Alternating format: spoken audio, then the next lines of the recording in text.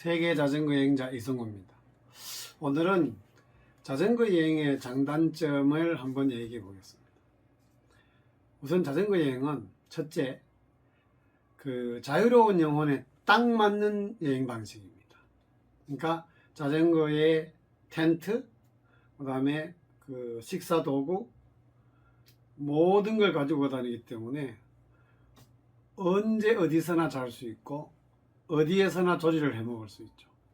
그래서 미리 목적지를 정하지 않아도 됩니다. 그래서 발길 닿는 대로 큰 목적지는 있지만, 예를 들면 이번에 스페인을 간다 그러면 안달루시아 지방 이런 큰 목적지는 있지만 세세하게 오늘 어느 도시에서 어디까지 가고 이런 게 별로 필요가 없습니다. 그냥 가다가 해 지면 자고, 해 뜨면 출발하고, 배고프면 밥에 먹고, 그렇기 때문에 물론 식당들 이야기하기도 하지만 그런 식으로 굉장히 자유롭습니다. 두 번째, 과정을 즐길 수가 있습니다. 과정. 우리나라는 흔히 과정보다 결과를 굉장히 중요시 하는데요. 사실은 과정이 굉장히 중요합니다. 과정 속에 내가 있어요. 과정이 없으면 그건 내가 없는 겁니다. 자, 예를 들면 어느 아이가 공부를 해가지고 1등을 했다 칩시다. 열심히 공부한 과정은 나의 공부하는 행동이 있죠. 그러나 1등이라는 그 결과물은 그 아이의 본래적인 행동이 아니잖아요. 그죠? 마찬가지로 가장 극단적인 예가 바로 에베레스트의 등산이죠. 그 힘들게 정상까지 올라가고 난 뒤에 정상에 도착했을 때 그 과정이 더 중요합니다. 만약에 헬기를 타고 와서 정상에 내려서 만세하고 부르면 그거는 참 터무니없죠. 즉 부산서 서울까지 도보로 또는 자전거를 여행해서 임진각에 도착한 대학생들은 다들 울잖아요. 근데 만약에 어느 아이가 부산서 KTX 타고 서울에서 도착해서 버스 타고 임진각 도착한 뒤 울면은 그건 좀 이상한 아이가 될 거 말죠. 그래서 우리는 과정이 길어야, 과정을 직접 체험해야만 나를 찾습니다. 가장 유명한 말 중에 하나가 기차와 비행기는 공간을 살해한다는 말이 있습니다. 즉 비행기를 타고 만약에 부산에서 서울까지 오면 저는 큰 쇠통 안에 있다가 내려보니 서울인 거죠.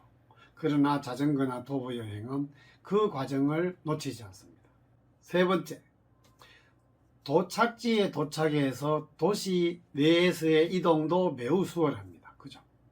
그러니까 언제 어디서나 짐을 호텔이나 어느 숙소에 풀어놓고 그냥 자전거만 타고 다니면 아주 쉽게 이동이 가능하죠. 그것은 바로 도착지에서도 자전거를 계속 사용할 수 있기 때문입니다. 네 번째, 숙소 선택을 매우 효율적으로 할 수 있습니다. 그러니까 만약에 성수기 때야 숙소가 없으면 위험하니까 미리 어플리케이션으로 예약을 하지만 보통 때는 거의 예약을 하지 않고 갑니다. 그래서 도시에 도착하고 난 뒤에도 여기저기 숙소를 돌아다니면서 자전거를 타고 돌아다니면서 알아보면 쉽게 구할 수 있습니다. 가성비가 아주 좋은 숙소를 쉽게 구할 수 있습니다.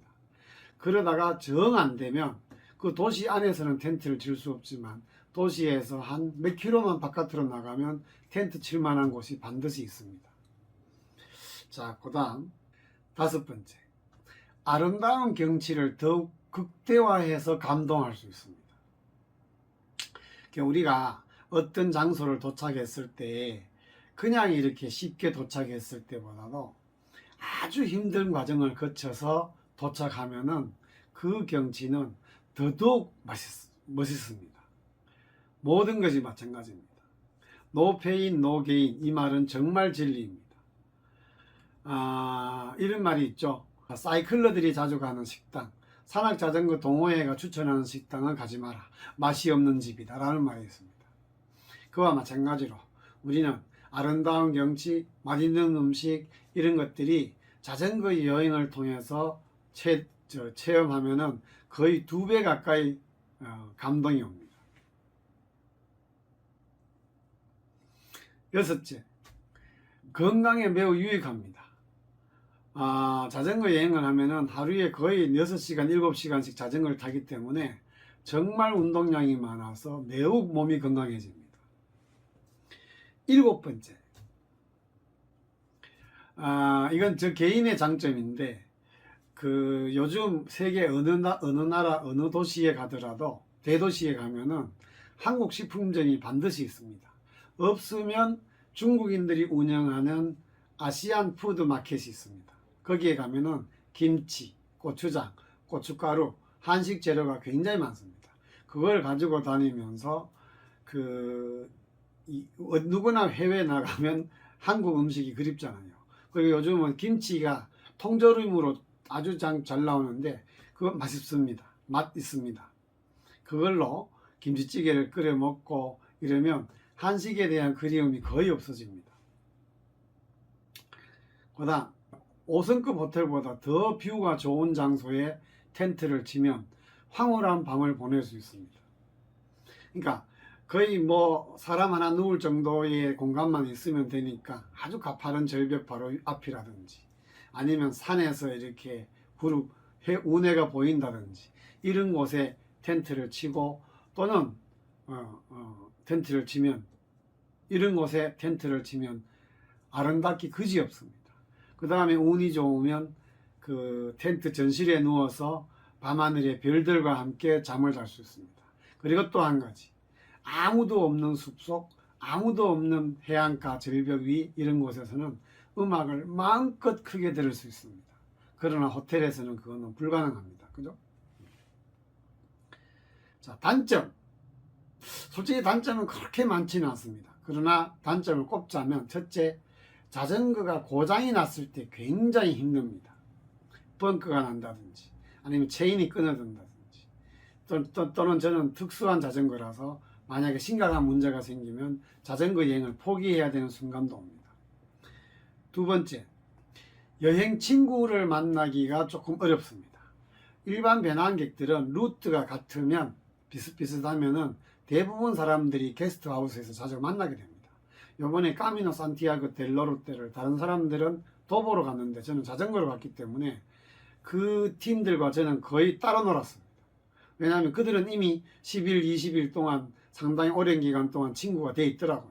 그러나 저는 그 사람들보다 보통 한 1.5배나 2배 속도로 빨리 진행하기 때문에 자주 마주치는 사람이 없습니다. 그래서 여행 친구를 만들기가 조금 어렵습니다. 세 번째, 비가 오면 끝장입니다. 다른 물론 우중 자전거 타기도 재미는 있지만 그게 매일 지속되면 정말 힘듭니다. 그러나 다른 교통수단을 이용하면은 비가 와도 약간은 그 여행을 즐길 수가 있습니다. 그러나 어쨌든 이렇든 저렇든 간에 여행의 70%는 날씨가 좌우합니다. 그죠? 자, 그럼 오늘은 제가 자전거 여행의 장단점을 꼽아봤습니다. 아무래도 장점이 더 많습니다. 그죠? 안녕.